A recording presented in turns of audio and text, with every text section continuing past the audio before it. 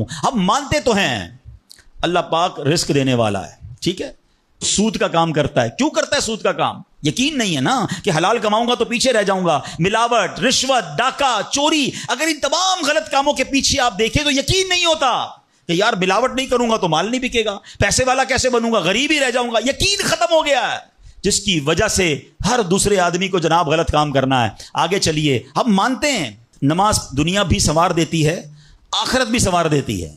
سنتے بھی ہیں, بولتے بھی ہیں, مگر نماز پر دنیا کو ترجیح دیتے ہیں. یار نماز پڑھوں گا تو کاروبار پہ, دکان پہ کون بیٹھے گا, ہیں؟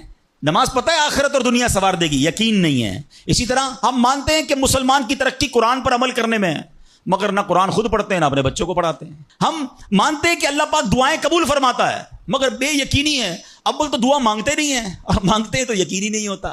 اب یقین کریں, علماء نے لکھا ہے کہ جو بندہ بغیر یقین کے ساتھ دعا مانگتا ہے نا, اس کی دعا قبول ہی نہیں ہوتی ہے. یعنی مثال دیتا ہوں, آپ بیمار ہیں یا پریشان ہیں یا کوئی مشکل میں ہیں, دعا کرتے ہوئے یہ خیال آ رہا ہے یار مسئلہ حل ہونا تو نہیں ہے, چلو پھر بھی مانگ لیتے ہیں.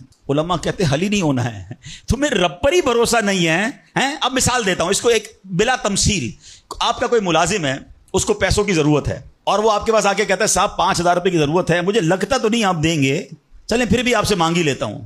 آپ بتائیں آپ اس کو پیسے دیں گے یا ڈانٹ دیں گے کہ جب تمہیں مجھ پر یقین ہی نہیں ہے تو آئے کیوں میرے پاس, مجھے لگتا تو نہیں آپ میری مدد کریں گے, چلے پھر بھی آپ سے کہہ دیتا ہوں میری پہلے ہی آپ نے اس بندے کو ناراض کر دیا نا.